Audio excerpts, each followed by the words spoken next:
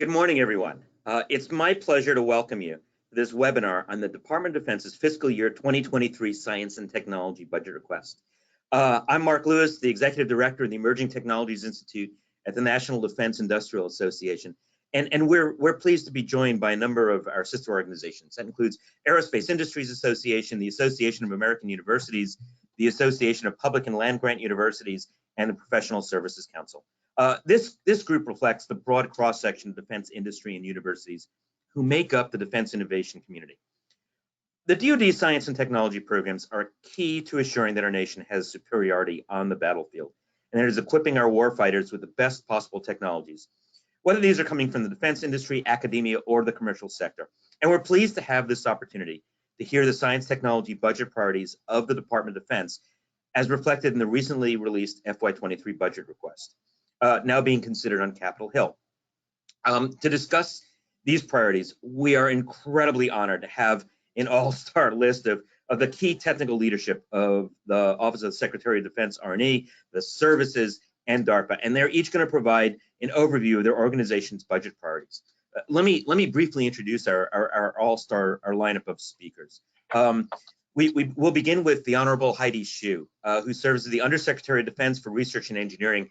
Ms. Shyu, as I hope is well known to every member of our audience, has had an incredibly distinguished career in government and industry, including services as the Army Service Acquisition Executive, as well as time on the Air Force Scientific Advisory Board, where I first got to work with Heidi. It was shortly after the founding of the U.S. Air Force, I think. And so, Heidi, thank you so much for joining us. Representing the United States Navy, Rear Admiral Lawrence Selby, Chief of Naval Research. Admiral Selby has previously served as the commander of the Naval Surface Warfare Center, deputy commander of the Naval Sea Systems Command, and he has experience in the fleet, including commanding the USS Greenville attack submarine. Ms. Kristen Baldwin from the United States Air Force. She is the Deputy Assistant Secretary of the Air Force for Science, Technology, and Engineering. Kristen has also had a long and distinguished career in DoD S&T, including serving in OUSD R&E, where I had the privilege of working with. Dr. Stephanie Tompkins, Director of the Defense Advanced Research Projects Agency, DARPA. Stephanie is a former Army intelligence officer. She has also worked as a Vice President for Research at the Colorado School of Mines. I know we have a number of Vice Presidents of Research on this line, so you have a kindred spirit on our panel today, and has also had experience in industry, including working at SAIC. And Mr. Jeffrey Singleton, Director of Technology in the Office of the Assistant Secretary of the Army for Acquisition, Logistics, and Technology. Jeff has formerly served as the Army's Director of Basic Research and in leadership positions at the Army Research Laboratory. So before we begin, let me offer a few brief administrative remarks. At the end of the formal presentations, we're going to have the opportunity to ask our panelists some questions. I'm going to ask the audience to submit those questions into the question box on the right-hand side of your screen. We'll do our best to get through all the questions during question and answer. I'll ask your indulgence if we don't get to the full list, and we appreciate everyone's patience. Special request, we've got some members of the press on the line. If you are a member of the press, please identify yourself with your name, organization, and the capital letters press in your question. I promise you we will not be filtering out questions from the press. We're just asking for identification. And finally, a reminder to everyone, we are recording today's webinar and we'll share the recording and slides after the event. So now, it is my incredible honor to turn over the proceedings to my friend and colleague, the Honorable Heidi Shyu, to discuss R&E priorities. Heidi, over to you. Good morning, Mark. It's always great to see you, even if it's virtual. Thank you very much for inviting and hosting this particular session. I would also like to thank AAU, AIA, APLU, and PSC for joining us in this session. In particular, I would like to thank Arun Seraphin and Camelia Shanley for their hard work bringing all of us together in this particular session. Really do appreciate all the hard work here. People often talk about their priorities, as all of us are going to talk about it today. I'm sure that you heard the hearing that show me your budget and I'll show you your priorities, right? So today we're going to do exactly that this morning. Secretary Austin has made it very clear this month that his strategic emphasis on integrated deterrence, campaigning, and building an enduring advantage should be at the forefront of how the department uses its ways and means to achieve the mission. Okay, I think what's incredibly important is in the area of integrated deterrence. He's talked about us working across the warfighting domains, the operational theaters, the entire spectrum of conflict, and our networks of alliances and partnerships. Campaigning is the conducting and sequencing of military initiatives aimed at advancing well-defined strategy-aligned priorities, and building an enduring advantage is modernizing the joint forces to make the supporting systems more resilient, more agile in the face of threats that ranging from competitors to the effects of climate change. So that's the very broad 100,000-foot view. So let me go to sharing with you the details of where we are in terms of our budget. Mark, I think you have the magic button controlling the slides. If you could go to the next one, please. Actually, oh, there we go. Thank you, appreciate it. So this particular chart shows you the DoD-wide RDT&E account from basic research, which is 6.1, all the way to the 6A funding overview. I just want to caveat and talk about two quick things up front. When we talk about defense-wide, that includes the entire fourth estate, okay? When we talk about DoD-wide, that includes the fourth estate plus all the services. So just pay attention to what I'm talking about so you know who has what bin of the budget, okay? If you look at the right-hand side of the budget, you can see in total FY23 PB, the RDT&E from 6.1 to 6.3 funding, defense-wide, it's about a quarter of the budget.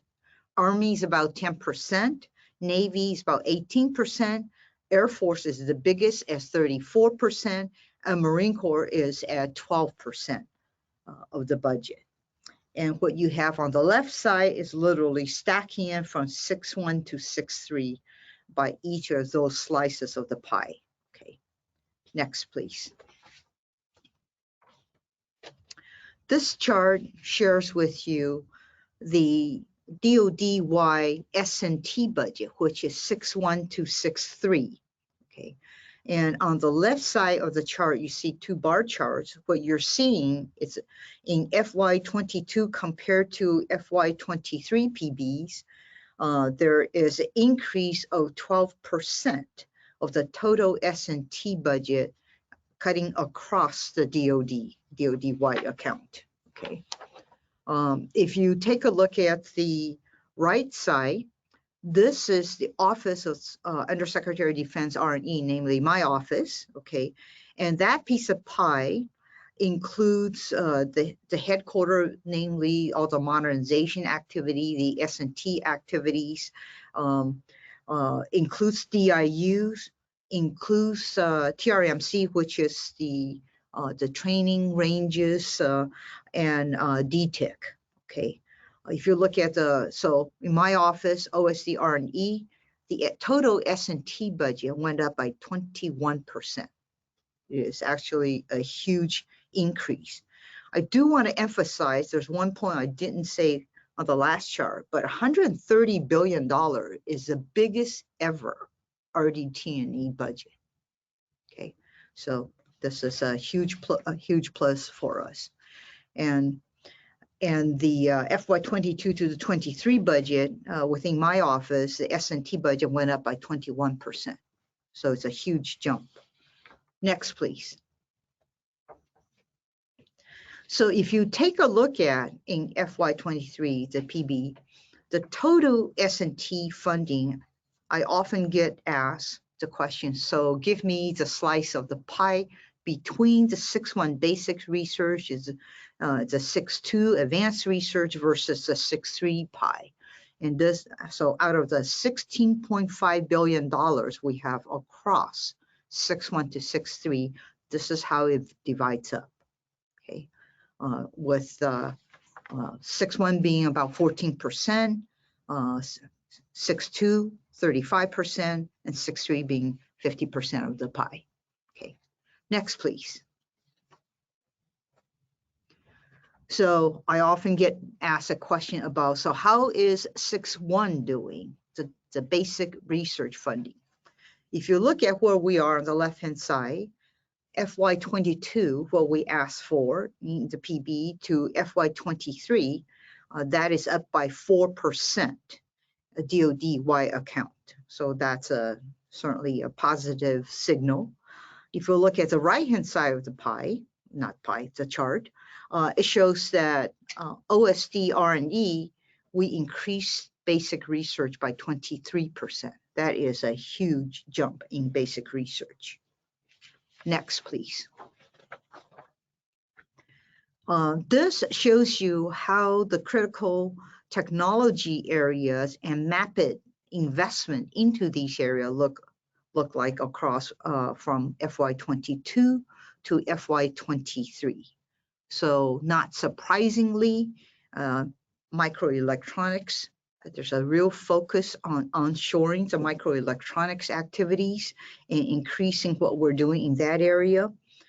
There's an increase in directed energy as well as hypersonics, integrated sensing and cyber, integrated network systems and systems, advanced materials, as well as biotech. Those are kind of the big pieces, big muscle movements. Okay. Next, please. This shows you the same bar chart, but looking only at FY23 and look at the split across the critical technology areas. So you see that microelectronics is 40% of the chunk of money. 5G is 12%. Those two alone is really half of our pie, the biggest focus area. But hypersonics and directed energy are the next two biggest pieces that we're investing in. Okay. Next, please. The other part of our strategic investment, not surprisingly, is in TRMC, which is the budget that we have for Test Resource Management Center. You can see a 42% increase up to FY23 PB. So it is now a $1.2 billion. And this is the result of our increased test infrastructure in hypersonics. Okay. And other investment areas on the cyber side, of course, is our seed corns in small business innovation research, as well as our focus on STEM, which is NDEP, and then on our focus on manufacturing initiatives is also a plus up for 97 million to 130 million. And then our funding for HBCU and MIs. So that gives you a pretty big snapshot of where our money is going in FY23. I think it's a very good story, certainly in the R&E perspective, because there's a significant increase in terms of budget for research and development, especially focusing on the S&T pieces. Okay. Over to Rear Admiral Selby.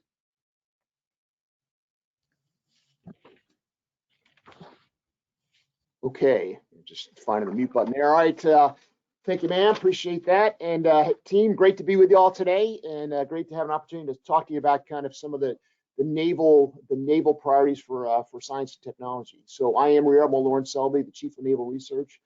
I'm also the Naval S&T executive, as well as the Naval STEM executive, and probably got 5 other hats as well, but those are probably the 2 that are most relevant today. So let's, Mark, if we can go to the next slide, please. We'll start walking through some of the focus areas for the naval. And again, when I say naval, remember that's Navy and Marine Corps. So I do both Navy and Marine Corps S&T. So that's the Department of the Navy. I do both sides of the ledger there. So right here, this first slide is showing you what we call the Naval Research and Development Establishment. Okay, so this is kind of, if you look across the entire Navy and Marine Corps team, these are all the entities that do R&D, including S&T type workforce. On the left side, that is the actual Naval Research Enterprise, which I, as the Chief of Naval Research, I directly lead that. So that's the Office of Naval Research, which as of last August 1st was 75 years old. So we're in our 76th year at this point. You've got ONR Global, which is as old as ONR. We've got overseas presence around the world at consulates, embassies, in many, many different countries, looking to see what others are doing and looking to partner with those nations to try to provide opportunities for both us and them to work together on very interesting and important science and technology objectives. We've also got the Naval Research Laboratory, which next year in 2023 will be 100 years old. That's the naval. That is the Naval Research, and that's the corporate laboratory for the Navy and Marine Corps. And then, of course, I've got another organization called PMR 51, which does a lot of specialized work for the Navy and Marine Corps. The rest of the chart to the right side is the rest of the NRDE, and these organizations sit within the different systems commands across the Navy and Marine Corps. And so these are the different warfare centers. So if you're in the DC area, that's like Carderock, Dahlgren, Indian Head, and there's many others across the country. And then, of course, you've got at the very bottom, you've got both the FFDRCs as well as the UARCs that work specifically on Navy-related and Marine Corps-related projects. And those are all across the bottom there. And the Naval Postgrad School is in there as well. And this entire team works closely together to try to solve Navy and Marine Corps problems. And it functions at its very best when we start with the beginning with S&T, properly focused, and then as it gets more developed into more of a kind of an applied technology where we can see the application, you start bringing in the right side of this chart with the Naval Research and Development Establishment, Warfare Centers, Postgrad School, the UARCs, and you bring those together. And if those gears mesh properly, then you can actually move technology at a pretty rapid clip. But as most of us know, there is this thing we call the valley of death, and that often happens when there's a misalignment between the two.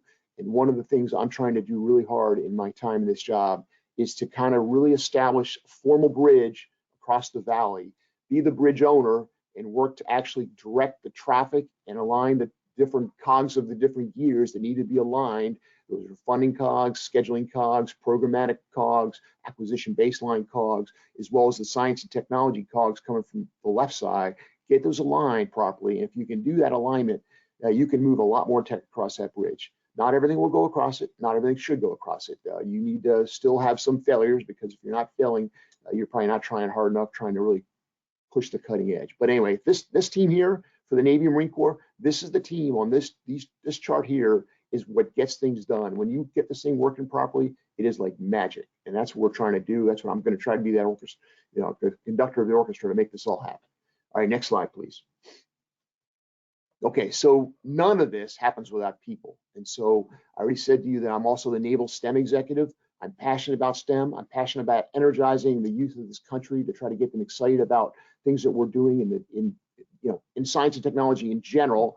Of course, the Navy and Marine Corps in particular for me. But again, I am less interested in where a sharp mind that's in high school today that wants to be a STEM professional. I am less concerned where they go. I'm just more concerned that we don't lose them somewhere across the way because because either they don't see someone who looks like them in some cool STEM field, or there's nobody that's mentoring them appropriately that try to bring them along. And so a lot of what we do is we try to actually, first of all, get kids excited about STEM, what it is, what they could be if they chose that kind of a field. And again, I'm not trying to convert kids that shouldn't be STEM into STEM kids. I want to find the kids that are passionate about STEM and probably should be STEM kids, and then help develop them. And so provide them opportunities through internships, visits, tours, videos that they can watch to see other scientists that are doing really cool things. scientists of all types of diversity you can imagine, so that the kids can hopefully see somebody that looks like them and they can aspire to have a career in this field. And so that left box there, people, is incredibly important, and you got to start at the very beginning, and that's with kids. And because I'm a national security professional, I care about having to develop kids that are American citizens, because I have to have kids that can one day become adults and can be cleared into the different security classifications that we work within. And I can't do that with foreign nationals, unfortunately. It's not that I don't care about foreign nationals in STEM. It's just I'm really going to focus on the U.S. citizens, because that's where they can actually one day come to work, either for me, the defense industry in this country, academia doing in defense-related work. So the top left there is critically important. You see, it also talks there about COVID. And so one of the other things that I've done in my time as CNR is I've actually got a team that's looking at what does the future of work look like kind of in this post-COVID world.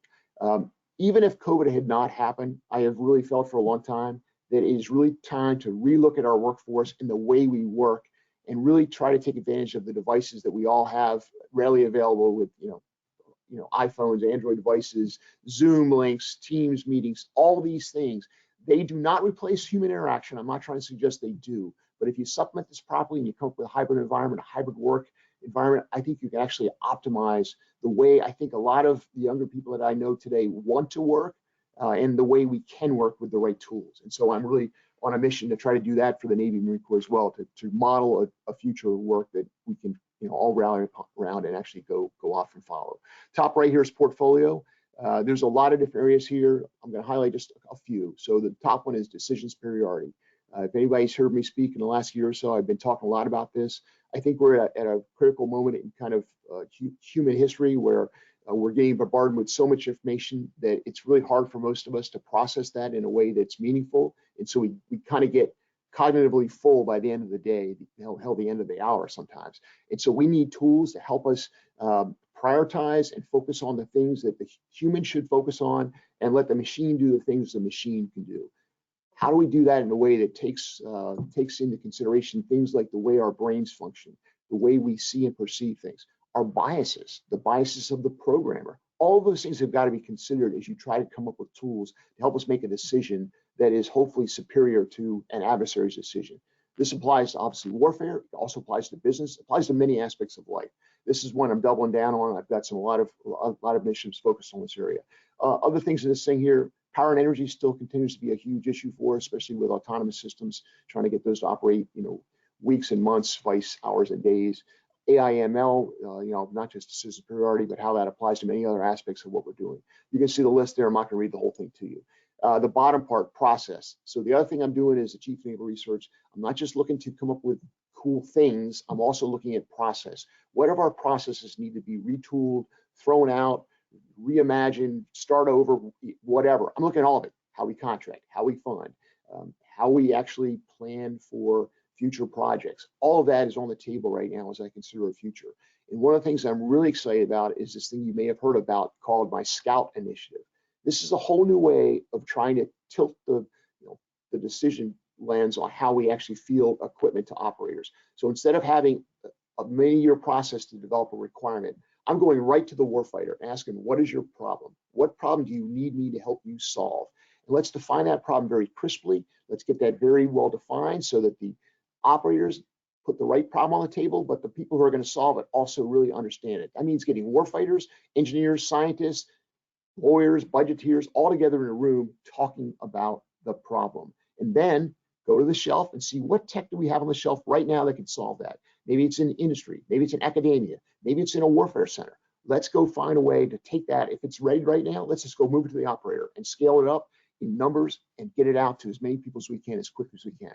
If it's not on the shelf, then what things do we have to go invent? What S&T is involved? And let's go prioritize that to go invent the thing that needs to be invented. Or if something's already developed, it just needs to be matured, let's go mature that. So anyway, this thing is really it's taken off. I've got a project underway right now that's going to culminate in something later this year. I'm really excited about it. I've already got plans for Scout 2.0, but I'm hoping this becomes a model for how we actually move technology faster across that dreaded valley of death. But anyway, there's a lot more of this that I could talk about in the Q&A. Next slide, please.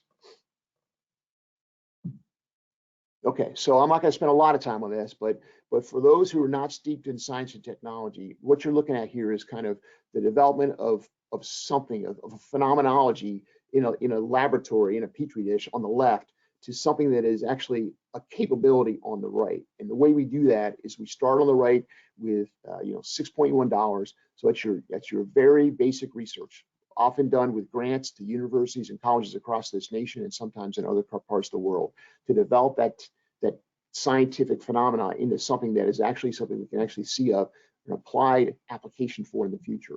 That kind of goes in the middle area. We then actually apply more of the 6.2 type dollars and some 6.3 dollars to actually mature that to a point where you actually have something on the right side that you can actually show a warfighter and say, is this something that can solve a problem for you? And if it is, at that point, it's probably only about TRL level 6, because by the way the money works, the 6, 1, 2, and $3 that I use gets things to about technology readiness level 6. To get it to the 7, 8, 9 that a program is going to want before they put it into a system, that's going to take crossing that dreaded valley. And that's where the bridge comes in, and that's where 6, 4, 5, 7, $8 come in to mature that technology further. And I'm really working to figure out how to synchronize that and make that happen better. Next slide, please.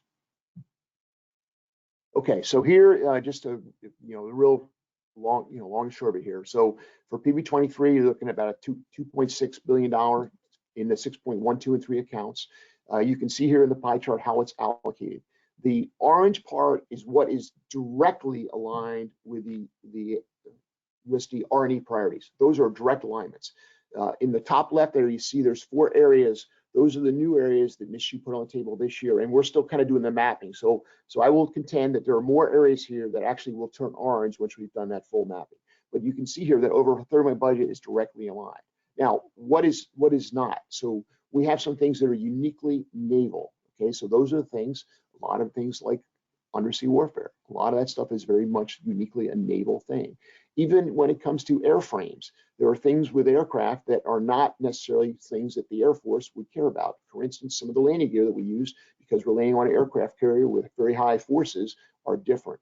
Some of the corrosion aspects of many of our ships, even aircraft, because we operate in the salt spray, aerosol layer of the ocean surface, we have different concerns. And so a lot of things that we do are naval and directly naval, and that's Navy and Marine Corps again, and that's what's kind of in the rest of this application here.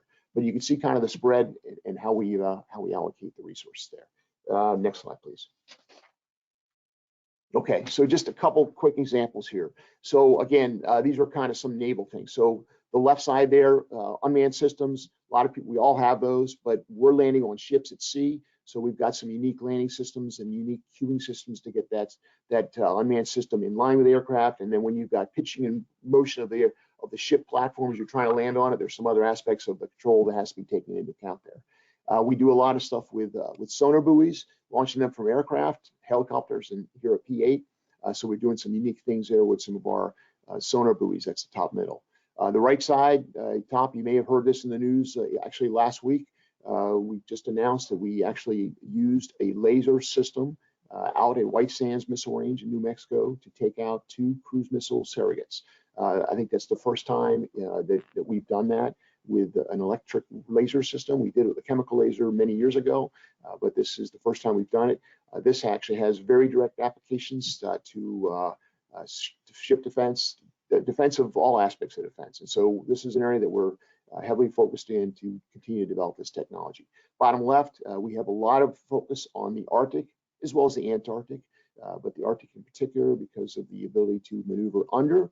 And then as the ice sometimes, as the ice does thin, unfortunately more and more every year, there is more transiting across the Arctic, and we have to now take that into consideration as having a naval presence up there as well. There's all kinds of aspects of ice and operations of ships in ice, and we've got to study that and understand that very thoroughly. And so we're doing a great deal of environmental monitoring of ice, and this AMIS system is one that does that for it. Bottom center, Minerva. This is one of our AI ML projects. This is how we actually bring in multiple feeds of information, of data, and we fuse them together and we present them to operators in ways that help them both graphically, visually see what's happening, as well as help us focus on the things that are more of a threat than the things that are benign. And so this is a tool that we're using in many of our our operations centers around the world today to train the operators as well as learn more about what we need to do in the S&T realm to make this better. This feeds directly into the decision superiority topic I talked about. And then the bottom right, this is a tool that we use to collect a lot of training data from aircraft, carrier training wings, Fallon, Nevada, where we take in information from airframes and sensors on the training fields where planes operate, and we can fuse the live aircraft information with a virtual world, and you have a lot of live virtual constructive training that we do. And this is a tool in the bottom right that allows us to do that and makes that tool more effective. And I think that's, in the interest of time, let's go to the last slide, which is my get off the stage slide. I have a heavy presence on social media. You can see I'm on Facebook, LinkedIn. We're all over the place. So if you have interest, you can actually reach out and link in with us, and you'll stay apprised of what we're doing every single day. And I think that's kind of my time. So I'm going to pause there, and I think I'm kicking over to Ms. Kristen Baldwin from Air Force. Hi. Good morning, everybody. I will take you through our Department of the Air Force overview of our R&D in support to Air Force and Space Force capabilities. Let me go to the next slide. We'll talk a little bit about the strategic drivers to our science and technology and development investment. On the top left of the slide, we derive our priorities from the National Defense Strategies.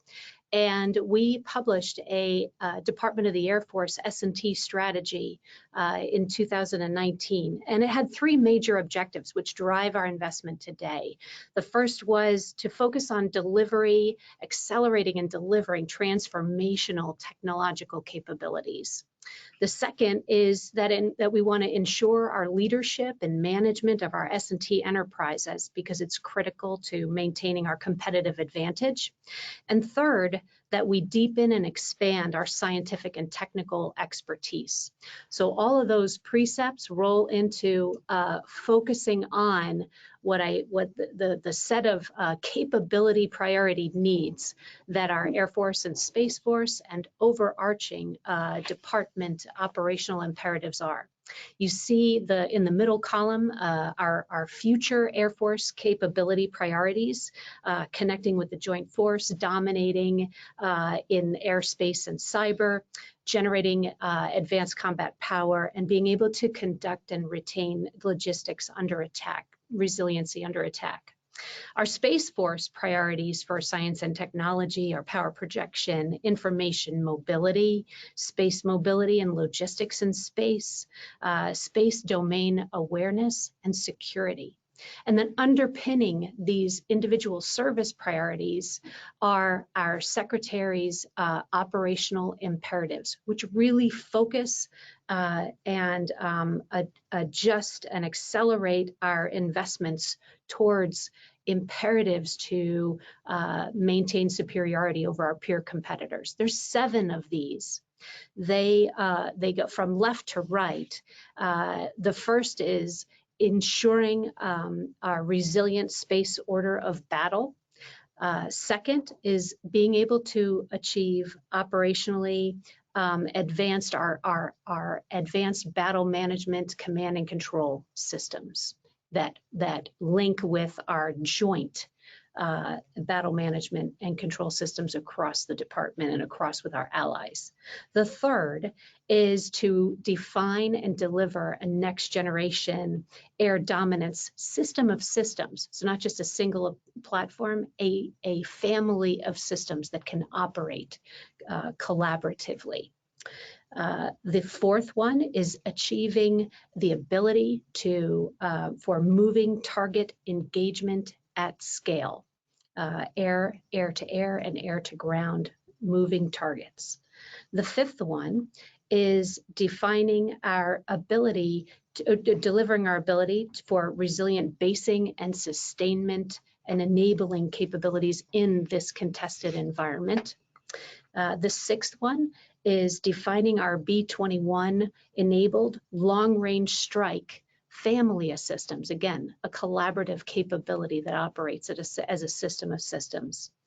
And then finally, last is to be able to ensure that we maintain readiness of across our Department of the Air Force to be able to transition effectively to a wartime posture as needed, when needed. Let me go to the next slide.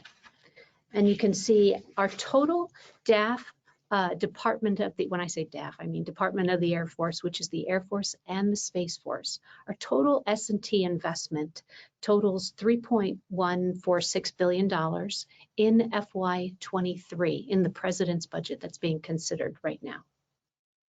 Splitting that apart into our 6-1 basic research, we have $550 million targeted for basic research. In applied research, or our 6-2 budget activity, that is 1.6 million, and in, I'm sorry, 1.6 billion. And in our 6-3 account, advanced technology development, just under $1 billion. And so that's been a consistent allocation across our 6-1 basic research, 6-2 and 6-3. We have a pretty much a consistent allocation across those 3 budget accounts throughout the years.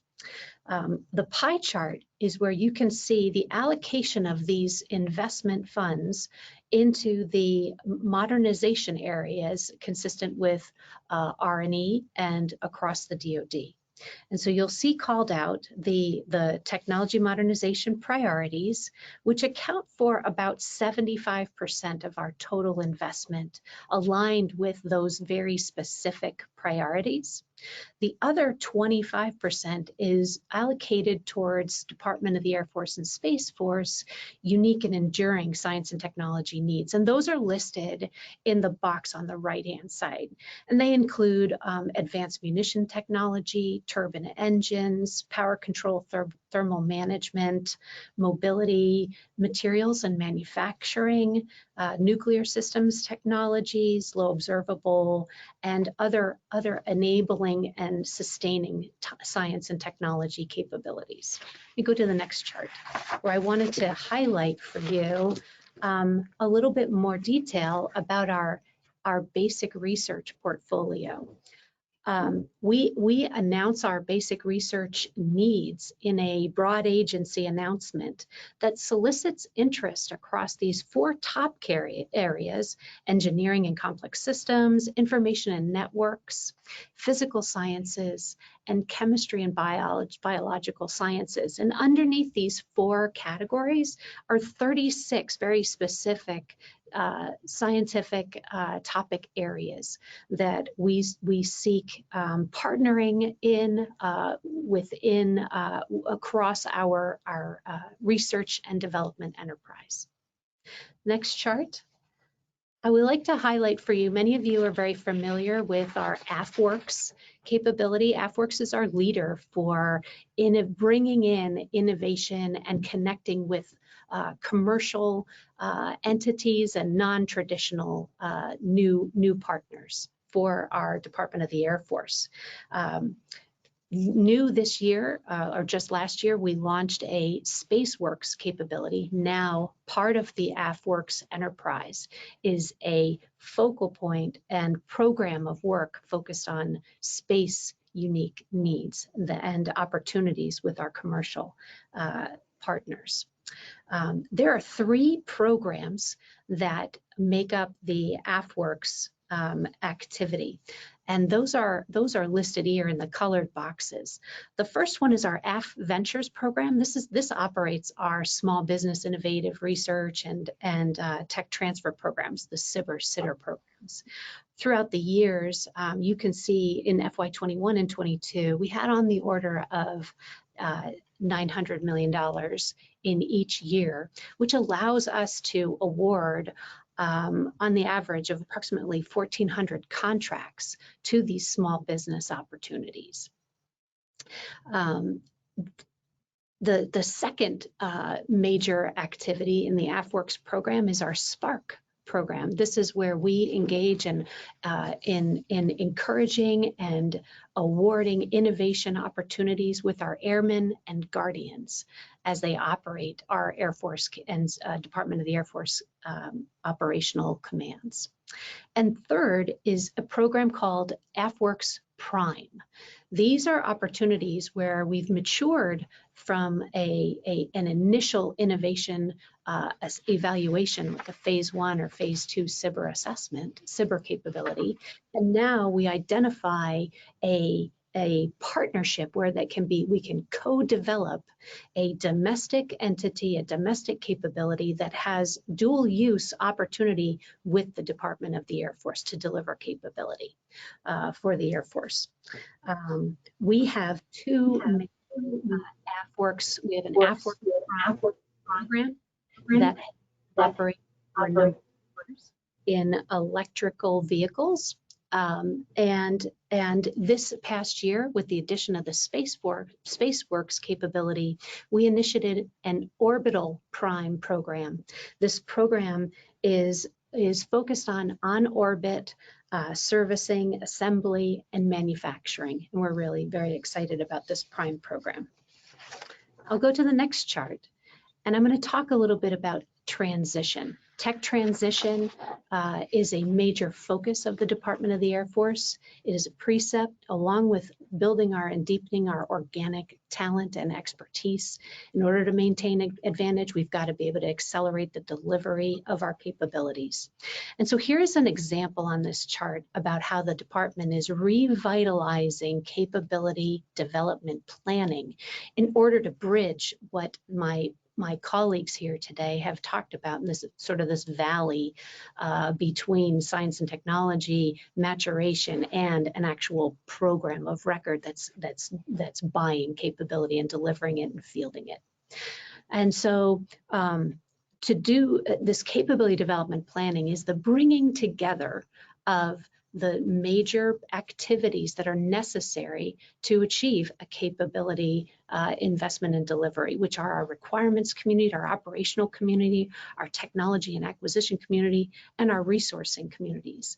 And one example of the way that the Department of the Air Force is doing this is we've identified a series of Vanguard programs, one of which you may be familiar with is our Skyborg Vanguard. In parallel, we invested that was demonstrating an ability to have autonomous core capability, autonomy to operate vehicles that can be partnered as a family of system with a manned aviation platform. We also did this development of this autonomy core system in a way that it can be portable. It is modular and portable across different autonomous platforms that can operate in that as part of that family of systems. This required technology investment not only in the algorithms and the development of the autonomy capability, but also in open mission systems architecture and digital engineering and digital twin capabilities. While we were doing that investment in science and technology, we were also fielding and demonstrating experiments and prototypes of emerging prototypes as they were being delivered with the technologies that were being matured. This allowed us to assess how do we navigate and communicate across multiple family of system platforms? What would be our assessment of the life cycle costs of a family of systems like this? And then how do we develop those concept of operations and understanding the trade-offs of what is the right family of systems, and then finally how we were able to understand more deeply how we're going to be, what the training requirements, what are the changes needed across the spectrum of doctrine, policy, training, and other operational tactics and procedures. Meanwhile, we had our partnerships being built with our program executive officers, our acquisition community, We had on-ramps being built and investments and partnerships with the PEO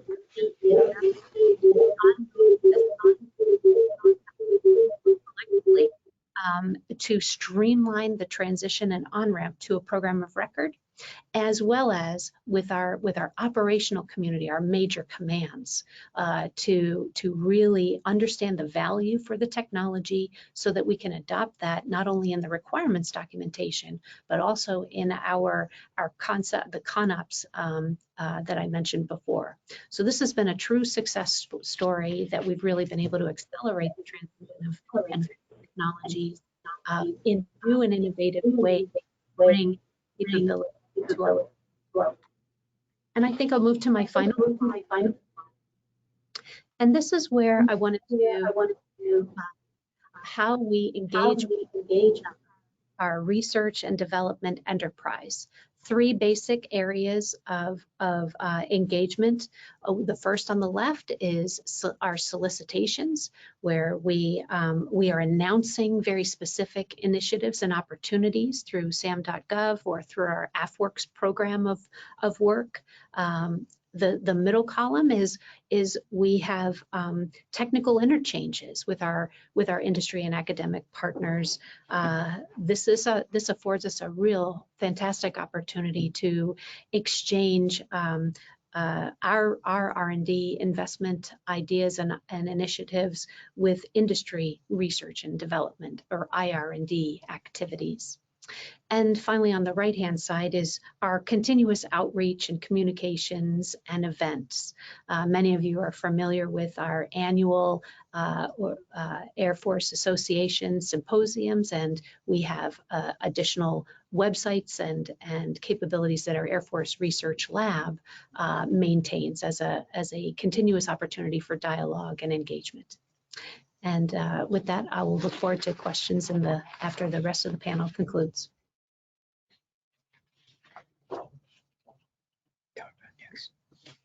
I'd like to turn this over to Dr. Stephanie Tompkins from DARPA.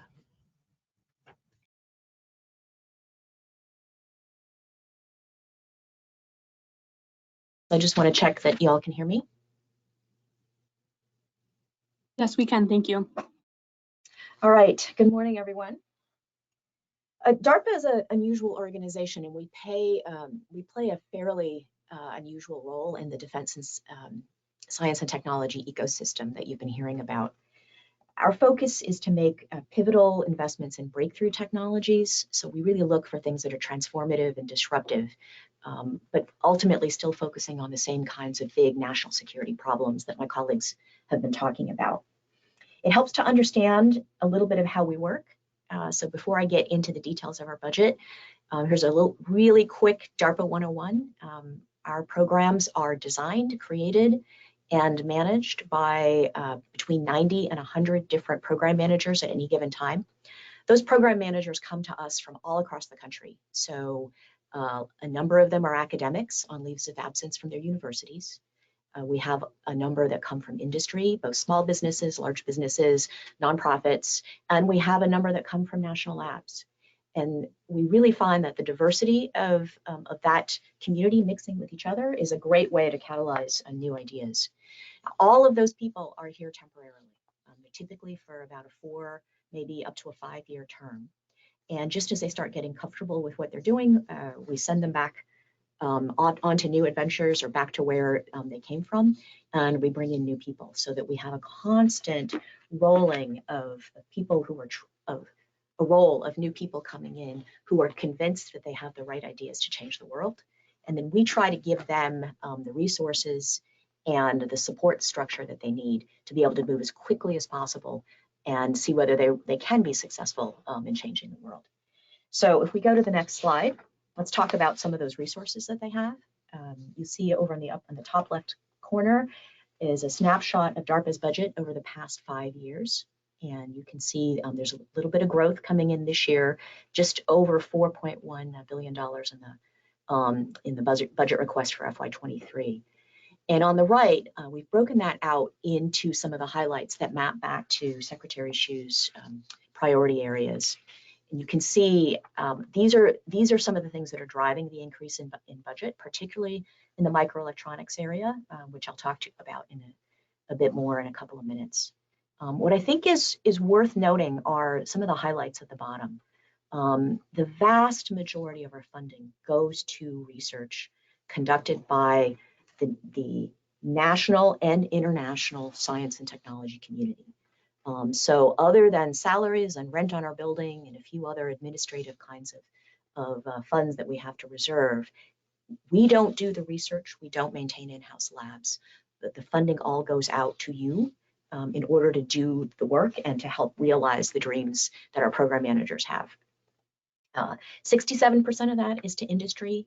That includes both small and large. About 17%, this is based on past year estimates and summaries, go to universities.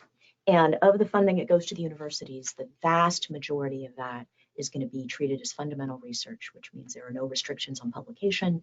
There are no restrictions on citizenship of the people who are participating in the program. So with that, if we go to the next slide, I'm going to try to explain how we think about that in DARPA space. So if you look at the left-hand slide, we do always link back to key tenets in the National Defense Strategy. As with my colleagues, we worry about future capabilities in being able to defend the homeland, to deter adversaries, and to increase global stability.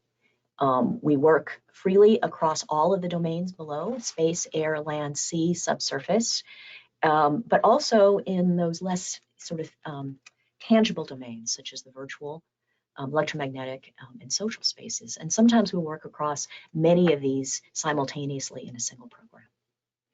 It's worth noting a couple things at the bottom. We only have, pretty small, we only have about 185 government employees, aided by an amazing contractor workforce. And I think the thing that I want you to note is that at any moment in time, we have about 250 active DARPA programs going on. The programs, like our program managers, are designed with term limits. They have very specific goals that they need to demonstrate, usually in 3, 4, or 5-year time frame. So at any moment, we are typically going to be completing, say, a fifth of those programs, and it means we're also starting about 50 new programs a year. That's a lot. And I urge you to set up keyword searches through SAM.gov or grants.gov or whatever funding opportunity system that you might have available to you, because if you kind of do the math, it means there's probably a new DARPA program announced on average about once a week. Those 250 programs are hard to organize. They cover all kinds of different topics. But I wanted to give you some examples of the portfolios that are very much in focus right now. And within these portfolios, clearly they overlap with the technological investment priorities, what you saw some of the budget numbers for on the previous slide. So on the far left, what you see are some top-down campaigns where we set aside specific funding in order to really drive creativity and encourage our program managers to go out there and explore a variety of different areas. There's a program called Assault Breaker 2, which is very directly connected to and co-developed with all of the military services, just focusing on new strategic opportunities and military tactics and techniques. The Electronics Resurgence Initiative is something that we've been doing for about 5 years. We're about 4 years into the Electronics Resurgence Initiative, which was initially about a $2 billion investment in order to focus on reshoring and essentially bringing back US leadership in microelectronics. We are getting ready to launch Electronics Resurgence Initiative, or ERI 2.0. That was what that big surge, the large number in microelectronics that you saw on the last slide. Our AI Next campaign is also sort of nearing the end. It was a 5-year, $2 billion real push into AI. It doesn't mean we're going to stop doing AI by any means. At this point, I actually think close to half of DARPA's programs are either developing or using AI in some new creative way. It's just that we don't feel that the major top-down push is necessary anymore, given its ubiquity in in a lot of our programs. And then the newest focus is really on resilient supply chains and logistics.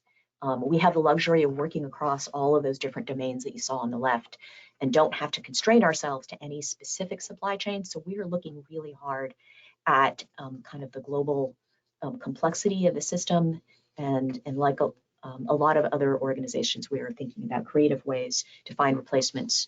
And we have concentrated very heavily in past years on trusted supply chains, particularly in things like microelectronics, and on manufacture at the point of need. So being able to make medicines or chemicals or things like that in the field where you actually need them. And we're going to be expanding that out across a much broader range of different materials and different components of supply chains. The rest of the portfolios that you see over on the right, these tend to be things that naturally evolve, and they kind of cluster because our program managers are out there really looking for breakthrough technologies. And a lot of times they are both identifying similar things that are happening out there in the ecosystem, and sometimes they're encouraging and escalating and accelerating those things. So they naturally lead to clusters of multiple programs that complement each other or are sometimes competing bets in order to see which way we might be able to make a certain capability successful. And that includes things like distributed complex systems, long-range effects, which of course includes work in space and in hypersonics, warfighter protection and performance, which is everything from potentially being able to protect warfighters from small scale kinds of attacks, but also things like direct fabrics and materials to be able to protect them, for example, from chem-bio attacks or things like that. Cyber, both defensive and offensive.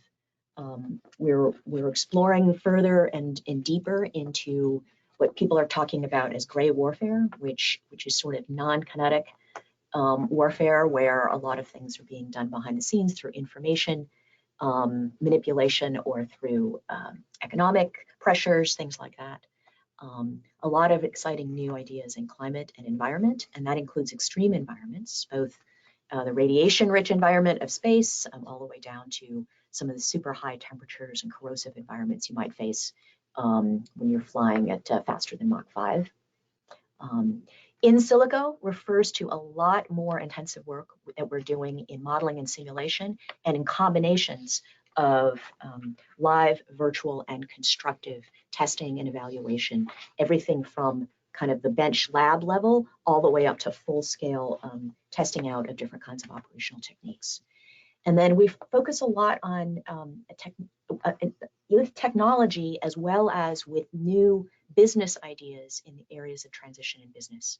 Transition is obviously vitally important. I won't go on that too much on that because I think you've heard it from the preceding speakers. But we are looking for creative ways to enable transition, and I'll give you an example of that on the next slide. After I point out that with all of these different portfolios, always in the background are all kinds of these sort of foundational technology programs that are working in across any one or any combination of the kinds of domains you see below. So biotechnology, data science, interoperability, machine learning, material sciences has a long and rich history at DARPA, given that we actually created the discipline. Quantum, social science, mathematics. So if you name it, there's a pretty good chance somewhere in that portfolio of portfolios we're doing it. And I will encourage you again, look at sam.gov and grants.gov, set up the keyword searches so that you're alerted every time a new broad agency announcement is out. And then I will also point out that in addition to those broad agency announcements for our big programs, we certainly have a very helpful and very rich small business programs site under the DARPA website, which is filled with all kinds of information and very accessible in terms of getting a direct feedback and one-on-one sort of mentoring and help and conversations with our small business program folks. And mostly I will encourage you to come meet our program managers because they are the ones who are creating the many programs. They're always looking for new ideas, and it would be great for you to hear directly from them what they're thinking about and what's keeping them up at night. So I'm just going to finish with a quick highlight if we go to the next slide. on our embedded entrepreneurship initiative. This is one of the things that's an example of that transition in business focus area that we have been exploring and have completed a successful pilot on, and we'll be expanding in coming years. And basically, it's an approach where we have funding set aside to pair very experienced entrepreneurs with DARPA research teams who are actually trying to develop and commercialize a product.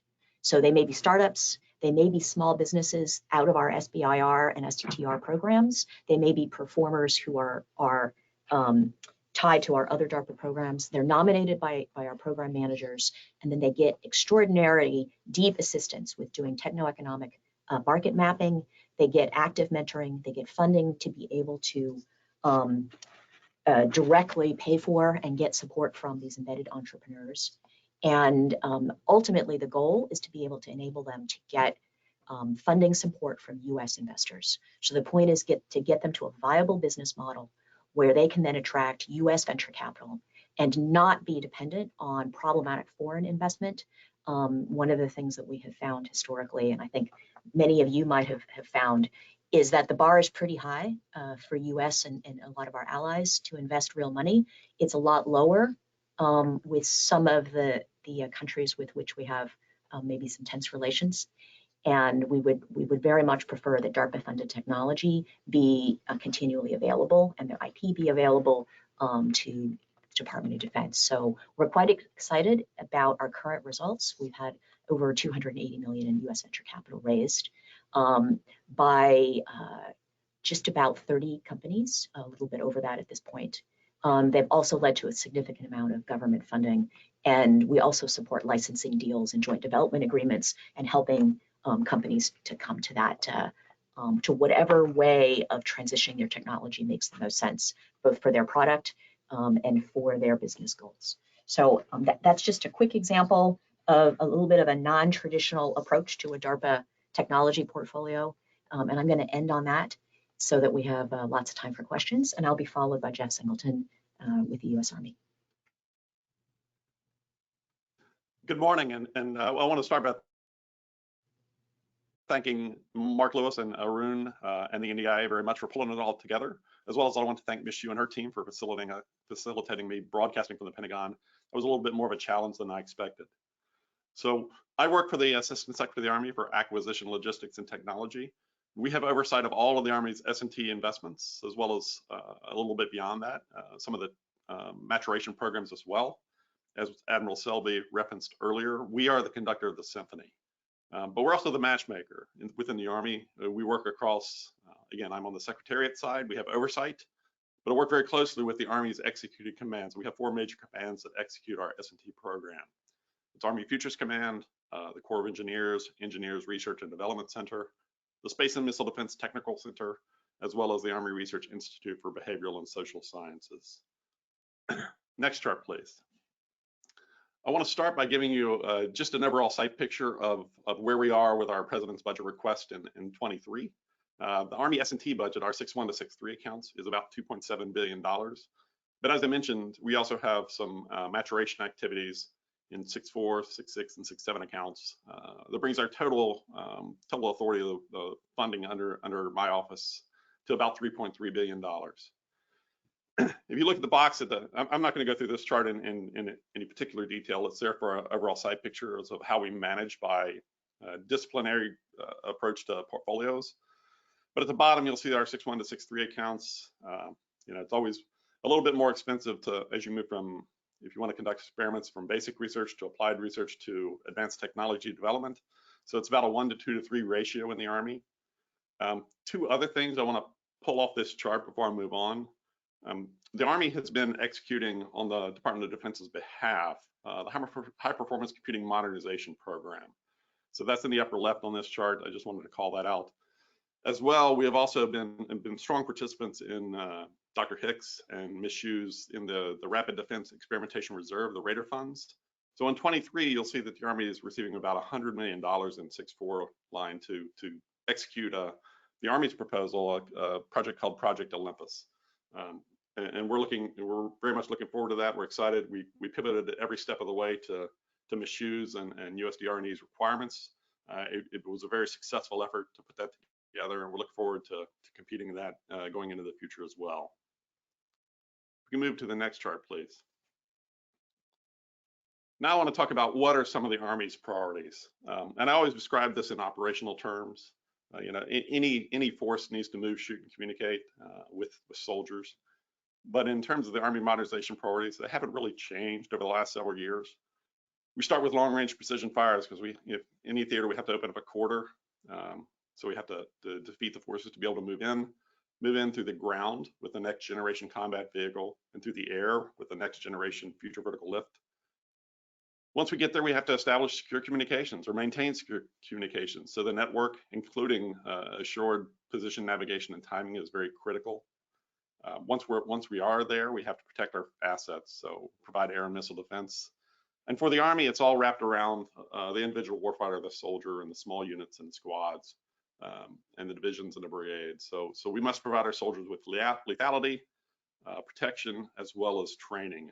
And training becomes very expensive when you're training 500,000 soldiers on active duty and another 500,000 in the National Guard and Reserves. So synthetic training environments, virtual training environments are becoming very critical to making our operators both more efficient and effective and cost effective as well. Now, these 6 modernization priorities are managed through, in the Army, there are 8 Army cross-functional teams. And they are very clearly chartered to deliver capabilities between now and 2028, 2030 timeframe. On the oversight role that we perform, we also recognize that there is a world beyond 2030. And so we have to really start swinging the pendulum back just a little bit and focusing on those enabling technologies. A good portion of our 6.2 accounts, the applied research, as well as some of our 6.3 advanced tech development research, to look and mature technologies for the what's next, what's beyond 2030, what's in 2040, what capabilities might we bring to bear in 2040 as well. So we've taken significant steps in actually rebuilding our enabling lines under each of the modernization priorities. In the lower left, again, is where we, basic research and our cross-cutting activities underpin all of our S&T efforts.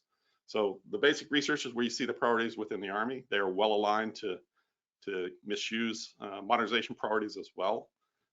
I also sit on the NATO Science and Technology Board. These are also well aligned with what NATO is doing in their emerging and disruptive technology efforts. Another element, again, as all of us has referenced, is we take very seriously how do we provide a smart workforce, a STEM-capable workforce, not just for active duty, but for our civilian workforce as well. And the Army has had a long-standing Army Education Outreach program to pick up at about K through 3 level, 3rd grade level. And I always describe it as diversity with a really large D. It's not just gender diversity, but also ethnic diversity and socioeconomic diversity, and even geographic diversity. Because we want to bring in the widest possible audience to make them competitive, to create a pipeline of programs so that they can mature and stay engaged in STEM till they hit their college careers and then even beyond. And also, as Admiral Selby referenced, and Kristen and Stephanie as well, it's not that they just want to come work for the Army, or I want them to come work for the Army. I want them to come be aware of the hard problems DoD has to work on and be able to serve us and serve the nation in any capacity, be it through academia, working directly for the services, serving on active duty, or working for our industrial or academic partners. The other very strong piece that is particularly senior leadership in the Army is re-engaging with and we're strengthening is our outreach to historically Black colleges and universities. I traveled with Secretary Warmuth to Morgan State University back in February.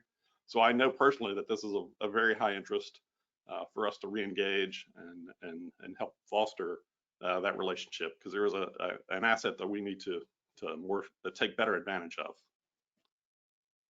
In the middle under the cross-cutting technologies is our innovation lines.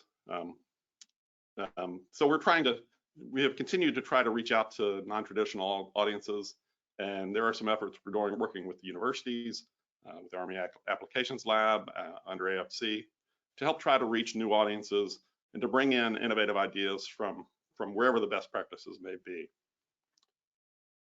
On the lower right-hand side, I really want to talk about transition, as well as a couple other OSD programs that have developed our Army.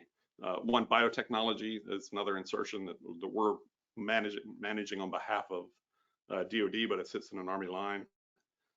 Counter-explosive hazards also came to the Army.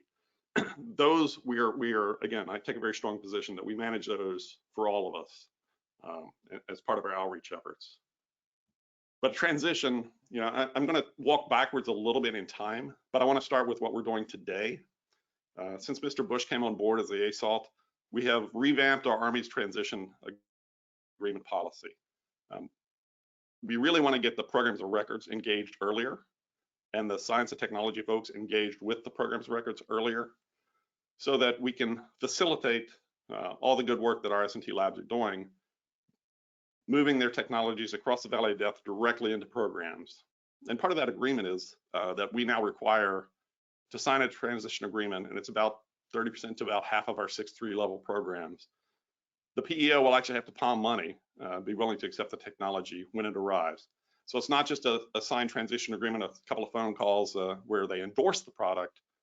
They're actually being willing to take it, and they're putting money against that. Again, that started within the last year. We have created this new transition agreement policy. They can only be rescinded by the ASALT's approval. So there is some definite teeth to these new agreements. Next chart, please. So walking back in time just a little bit further, about 1.5 years ago, we took a look at our SBIR program. We compared the best practices from the Air Force and the Navy, and we realized the Army really needed to do some work to improve our efforts of outreach to the small business community, the SIDR community, and to help make sure that that effort, which is a large amount of money as well, can also lead into transition. And so we started developing this process to really 2 major components. One is we developed these transition broker teams to bring together the science and technology community, as well as some coaching from our office, and then the program of record community as well. Bring those teams together in certain focus areas rather than broad topics sprinkled among all the PEOs and all the labs. We really want to focus on certain areas to bring those teams together. Again, have transitions lined up so that and working very closely together so that those teams can actually do a successful transition into a phase 2, perhaps into a phase 3 as well. And we're starting, though we have changed horses and we are just emerging from the stream. So it's a work in progress, but we're starting to see some signs of better success of the Army's SBIR program transitioning products into programs of record. And actually, the ultimate goal is to help the warfighter. Next chart, please. So walking back a little bit further in time, in about 2018, we also recognized when Dr. Bruce Jetty came in as the ASALT that we really were not doing a great job of reaching out to non-traditional community. So he started this X-Tech program under the Prize Competition Authority. Since that time, we've had about 17 competitions. We've had 655 different pitches we received from small, truly non-traditional teams, non-traditional businesses. And we've awarded quite a bit, about $72 million in contracts followed on from that. Congress just this past year gave us authority to actually have direct follow-on contracts from Prize Authority. We look forward to taking great advantage of that. This concept of using Prize Authority to offset the small businesses, their travel costs, to build a network with both PEOs and a network among themselves. Actually, the network has proven to be the most successful team. Just exposing them, facilitating their conversations with our labs, with programs, with other larger vendors, has really proven to be successful. Again, you can look at the number of pitches, the number of proposals evaluated, the engagement, more than 2,000 judges we pulled in from Army labs and PEOs to help build this network folks together. It's proven to be very, very successful. We expanded it to international partners about last year. And this most recent year, we just expanded it to focus on HBCUs. It became very important during COVID. We did a special COVID challenge when the pandemic hit 2 years ago. So there were links on both of these last two pages. Oh, one more thing about the SBIR program I want to mention is we also established a contracting center of excellence under my office. Again, SBIR contracts are usually pretty small. They get tied up in our contracting cells. And so we wanted to pull that out and have people who were set up a cell of about 20 contracting officers who are very familiar with working these small contracts, can move them through much more quickly, and we're expecting great success. That just stood up within the last 2 months. So we changed courses. We're not out of the stream just yet, but we have great ideas, and we expect great success there as well. With that, I will close, and we'll turn it over to the question and answer session. Great. Thank you so much. Let me thank all of our presenters. Extremely informative, very detailed, very thoughtful. We're running a little bit behind where we'd hoped we'd be in the schedule, but that's fine because those presentations were very helpful. So we're going to go to question and answer, and I'm going to ask for every one of our questions. Let's make them really short and really sweet and to the point. I'm going to start with if I can, I'll use moderator's authority to ask a question, actually on behalf of one of our audience members who want to know about the Rapid Defense Experimentation Fund. How's it going to work, and are there opportunities for industry? And I think, Heidi, you might be the main one for that. Let's see. Have I been unmuted? Yes. Okay, good. So the budget for Radar has not been released yet, but I'll tell you how it's going to work. How's that? That's the process is even more important than the exact dollar amount. What we have done in terms of the processes, last year during the first sprint, we went to each of the services and asked them to propose ideas to close joint warfighting capability gaps. Okay, each of the service proposed ideas, and then we rack and stack and evaluated them. Top 32 projects are going to be funded from the first sprint, and that is baked into our FY23 POM. So what Jeff Singleton already revealed was about $100 million the Army got, okay? They actually did a superb job. So I have to give Jeff a lot of kudos in terms of laying out joint project ideas. So out of the joint project ideas that's part of the 32 projects, $100 million out of the 32 projects is going to go directly to the Army. There's other chunks of money that's going to go to the Air Force, the Navy, and the Marines. Okay, so you can see this as an incentive for each of the service to propose joint ideas. Okay, the second sprint is actually opened up in terms of the doors opening up now. And again, I think if you go to sam.gov, you can probably find what we're looking for in terms of project ideas at the generic level. So it's open in terms of our industry participation. It's open to industry, it's open to UARCs, it's open to FFRDCs. Whoever has a brilliant idea, we'll be more than happy to hear your white paper and evaluate that. Okay, so this is the beginning of second sprint. Again, we will also evaluate if some ideas previously that didn't get funded, didn't quite make it into the top 32 project. We're happy to reevaluate it, but remember, this is not a UFER, okay? Don't come to us with your service unfunded priority list, because that's not the intent of Radar, okay? We're looking for innovative idea that could close joint warfighting capability gaps. Okay. Excellent. Let me now defer to, we're going to ask all of our partner organizations to pose questions. And again, I'm going to emphasize, please make it really short and sweet and to the point. We're going to go in alphabetical order. So from Aerospace Industries Association, we have John Luddy, who is Vice President for National Security Policy. And John, why don't you activate your camera and your microphone and pose your question?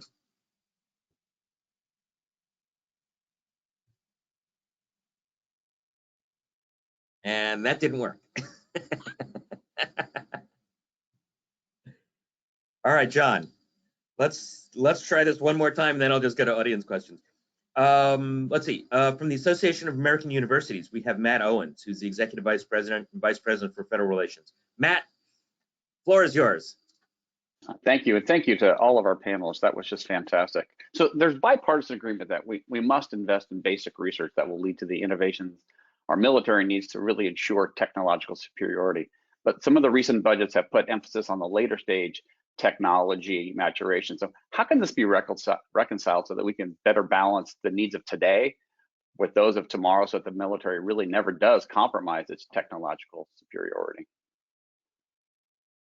I would say that if you look at the budget in terms of what I presented today, you can see from PB 22 to 23, the basic research budget DoD-wide increased by 4%. Okay, and if you look at in my organization, OSD R&E, it went up by 23%. So it is a huge jump in terms of basic research. And Matt, I think I absolutely concur with you. We have to fund basic research because it is the foundation that we're building all the rest of our technology upon. Okay, so you can see the 23% jump in my budget this year went into basic research. Okay, Mark, you're on I'm mute. sorry, any other panelists want to jump in on that? I'll just jump in real quick if I could. So while the money is very important, and it definitely is important, I think another thing that, and I'll speak for the Navy Marine Corps side. So on the naval side, I still think we have some structural issues we've got to get after. And part of this has to do with the fact we have got many people that they get a say in kind of what happens with these different pots of money. Okay, you've got me for the 6, 1, 2, and 3. Then you've got all the PEOs, so 20 some odd PEOs that basically have a say over the 6, 4 and beyond dollars. And then you've got some other entities out there as well that also have some kind of a say. There's really no single, again, back to my kind of reference to the orchestra, there's no single conductor. And so you've got multiple conductors that are trying to compete with one another. And again, all well-intentioned, so none of this is to impugn anybody's motives, but we're all well-intentioned. But because we're all operating under different incentives, different priorities, different budget timelines, different acquisition timelines, we have these missed opportunities left and right. And I'm a big history buff, so I do a lot of reading, and I've actually just recently picked up and started rereading some of my Rickover books that I read years ago. And if you look back to the 40s and 50s when we were trying to develop a nuclear submarine, there was initially a move to kind of put this in the Bureau of Ships, BU ships, like everything else we did. And Rickover recognized that if we did that, we would still probably be working on a nuclear submarine today. And so he just basically took it upon himself to kind of pull all the authorities and pull it up to one individual himself. And I'm not suggesting it's one, but it's certainly not 21. We've got to figure out a way to get some of these structural issues right, and we've got to actually use leaders to lead. And when leaders fail, you do what you do. You move them aside and you put someone else in charge. But we're very reluctant to kind of single up lines in a lesser number of individuals. And I think that's something we really have got to get serious about. And we're not going to solve these really hard problems unless we get very serious about making some significant changes. Very recently, I was talking to Steve Blank, and he made a comment, which I've now said several times. We do have world-class organizations, world-class people, world-class ships. We even have world-class processes. The problem is it's for a world that no longer exists. Okay, this is the world of 1985. And it's now 2022. We've got to look at ourselves very, very, critically and recognize we've got to make structural changes. The problem with that is this is an incredibly complex problem. And, I just by dumb luck have been steeped in acquisition for, 15 or more years. I've been in the Navy 35. And so I've seen this from every end, left to right. And it's an incredibly complex problem. It's a black box to most people that look at it from the outside. And so people like myself and others that are steeped in this have to work together to inform leaders of what the opportunities are and what the choices they might be able to make, what they could lead to, what the ROI is for that. And we've got to do that now. We don't have time. Anyway, I'll jump off the soapbox, but those are my thoughts. If I may, I want to point out DARPA is still on the line with us. We don't see a camera feed, Stephanie, but we know you're still with us. Let me jump to the Let me jump to the Association of Public Land Grant Universities. We've got Jeff Cullum, Director for Governmental Affairs. Jeff, floor is yours. Thanks, and thanks everybody for joining us this morning. I'll be very brief. A few of you touched on it already, but how are your organizations proactively reaching out to diverse researchers and students who have never interacted with the department to kind of meet them where they are to bring their expertise to bear on behalf of the U.S. warfighter? Thanks, Jeff. I can Who make wants a to few. take Can that I, one? can I take that one first? Please. Go ahead. I didn't, because I didn't talk about that as much in my slides. And so what I'm going to just do is throw out a teaser. You'll be seeing an announcement in the next couple of weeks about DARPA's next big symposium, which will be coming to you. So don't book tickets to Washington, D.C. We will be appearing in 6 regional locations across the country, very specifically targeting reaching those people who have never worked with our organizations or worked with DoD before. So that was my little plug. Over to everyone else. Thanks. Go ahead. Hey, this is Jeff. Oh, I'm sorry, Ms. Hsu, did you want to answer? Yeah, I would just say that we reached out to HBCUs and MIs, right? Last year, we funded $15 million to 2 different HBCUs to help, again, non-traditional folks, have them team up with major university to improve their proposal writing, but also establish them as a center of excellence. So we've done that as well. The other things that we've done in terms of reaching out to I would say across the board, we have Smart Scholar scholarships, okay? DoD awarded 416 Smart Scholars. And I'm happy to say out of that last year, 50% of those Smart Scholars are women, okay? 20% of that are in the minority group, okay? So disadvantaged minority group. So I think what you will see is us reaching out quite a bit into not just your major university, try to increase the diversity of talent base that we have and pull them in.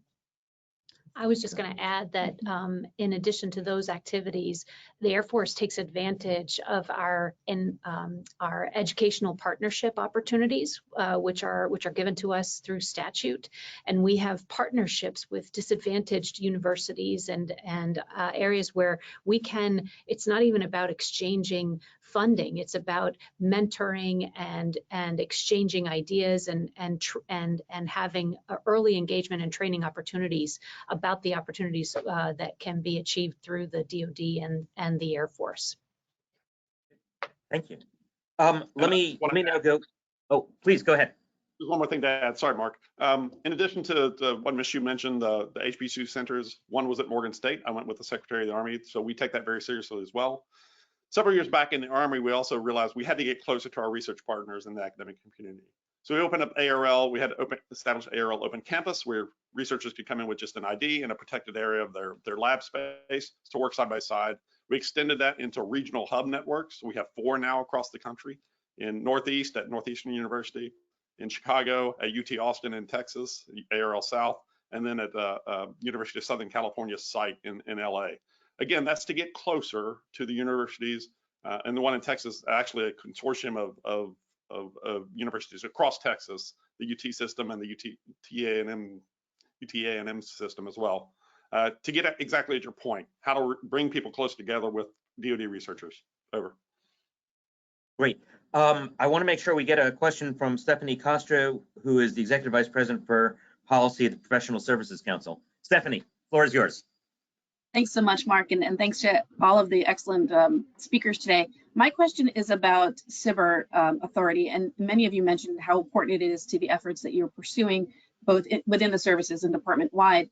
We have let me back up. We have many small companies who have expressed some concern about the future of SBIR. So if I could ask you, Secretary Hsu, what efforts is DoD pursuing to not only reauthorize SBIR from a timeline perspective, but will there be any modifications that you are seeking in that authority? Thanks.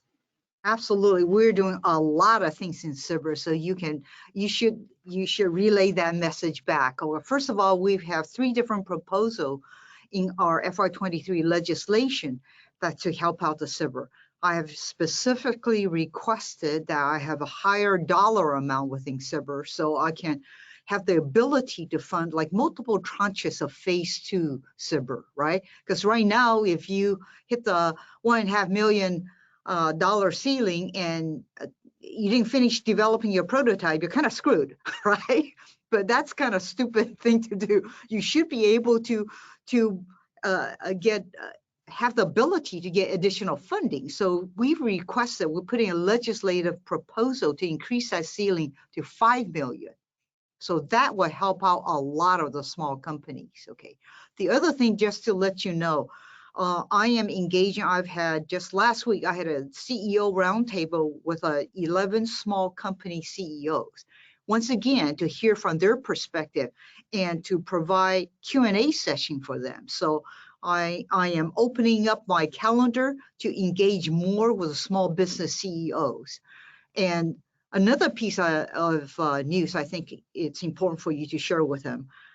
This year in FY22, I have $100 million funding in procurement to help some of these small businesses, to help them ramp up into production. These are the small companies who don't have ability. They have some great innovative product, but they can't ramp up into production. And that's tailored to help them out. And I'm putting a request next year for RDT&E money for me to be able to have $100 million to help them once again to finish their development of a prototype, right? And especially if it's going to help out the PEOs and has ability to transition to continue to mature the product. We're doing a lot of things in the SBIR area. You will also find that I'm in the process of working to hire somebody on board who's going to help out in terms of tying small businesses into the venture company. So that will be released in, the news will come out in July. Okay, that will be released by SecDef. So this is how important it is. Okay, so you'll be very happy, Stephanie. Okay. I knew I asked the right question of the right person. So thanks for that, Secretary Hsu. Really good. Hey, we're already a few minutes over time. I want to be respectful of everyone's time, but if I can, let me get one last question in from the audience. So we got a question, actually a question from the press. Last week, Secretary Hicks said something about a DoD-wide portal or a website that's going to cover the entire innovation enterprise, and that's supposed to be a new front door for traditional and non-traditional contractors. Can we hear a little? Can we hear about that? Is that a work in progress, or is that imminent? Yes, absolutely, Mark. One thing that drove me nuts is talking to small companies. I realized that, you know, the DoD is this giant fortress. They don't know where the door is, right? So you can see the number of things that we're doing. So one of the key things I wanted to do is create an R&E website, so they're able to go into the R&E website and be able to navigate through this maze, okay? So literally, we're linking to each of the services in terms of if you're interested in what the Army's doing, the Air Force is doing in terms of innovation opportunities, you can click on a link and it'll take you right to the portal. So you hopefully you're no longer groping in the dark, okay? Thank you. If it's okay, let me make that the last word again. Thank you to our panelists. This has been absolutely phenomenal. I hope the audience understands what great hands the department's S&T enterprise is in with this incredible leadership. Reminder, we did record today's session. We'll distribute the link to all the participants, and I think slides are going to be available as soon as we work through clearances and processes. So again, thank you everyone for joining us. Thank you for your participation. Have a great rest of the day, everyone. Thank you. Thanks, Mark. Thank you.